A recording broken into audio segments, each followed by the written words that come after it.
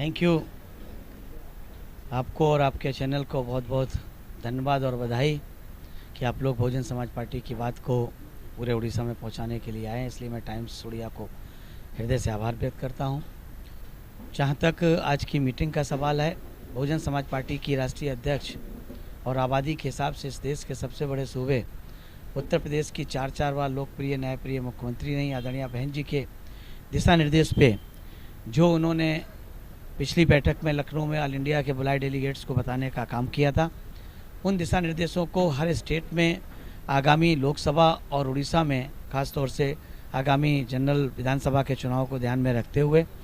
तैयारी के संबंध में आज की बैठक बुलाई गई है, ताकि ज़्यादा से ज़्यादा हम लोग यहाँ पर अपने एमएलए और ज़्यादा से ज़्यादा वोट यहाँ पर गेन कर सकें। क्या आपका इनोवेटिव कांसेप्ट है दिस ईयर? हमारा इस बार के विधानसभा और लोकसभा के चुनाव में दोनों चीज़ें, सबसे बड़ा जो हमारा लक्ष्य है, टारगेट है, वो ये है कि हम यहाँ पर पार्लियामेंट की सीट में अपना एक अकाउंट ओपन करें, खाता खोलने का काम करें, और विधानसभा में हम ऐसी एक रिस्पेक्टेबल नंबर ऑफ सीट्स को हम गेन करें। इसके लिए हमारी नई यूनिट पूरी तरीके से हमारे प्रदेश अध्यक्ष जी, हमारे पार्टी के एक्स एमएलसी और प्रेजेंट में कई राज्यों के central coordinator Shri advocate Atar Singh Rao ji हमारे बीच में हैं, हमारे प्रेसिडेंट बाग साहब हैं। तो कुल मिलाकर के सब लोग मिलकर के पूरी टीम जो आज आप यहाँ देख रहे हैं कि प्रदेश के कोने कोने से, हर ज़िले से यहाँ पर जिले की कमेटी आई, जिले के प्रदेश जिला अध्यक्ष आए हैं और तमाम साथी हमारे यहाँ पर आए हैं। वो हम लोग इसी बात पे चर्चा कर रहे हैं कि किस तरह से हम यहाँ पे एक अच्छी खासे नंबर ऑफ एमएलए जीतने का काम करें और कम से कम पार्लियामेंट में एक मेंबर यहाँ से चुन करके भेजें जो यहाँ के लोगों की, बहुजन समाज के लोगों की बात को लोकसभा में रख पाए। सर, और एक सवाल कि बहुत सारे यूथ हैं जो फील्ड पर भी घूम रहे हैं, जी फील्ड क्रिएट कर रहे हैं जी हमारा युवा के लिए, देश के लिए। जी आपके लिए उनके लिए क्या मैसेज रहेगा इससे? देखिए, इस देश में जितनी भी राजनीतिक पार्टियां हैं, वैसे तो हज़ारों की संख्या में राजनीतिक पार्टियां हैं, वो अपनी अपनी पॉलिटिकल पार्टी में तमाम तरह के फ्रंट खोल देती हैं। युवा फ्रंट बना देती हैं, महिला फ्रंट बना देती हैं, स्टूडेंट फ्रंट बना देती हैं। उनमें उनका कोई योगदान नहीं रहता है। बहुजन समाज पार्टी की राष्ट्रीय अध्यक्ष आदरणीय बहन जी ने इसलिए स्पष्ट दिए हैं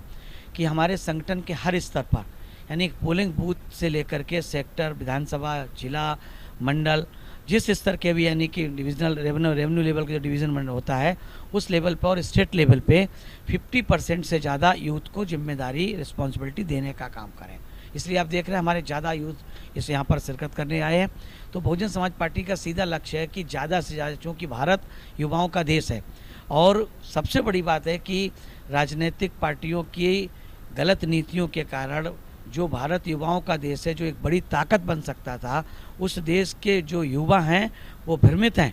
वो आज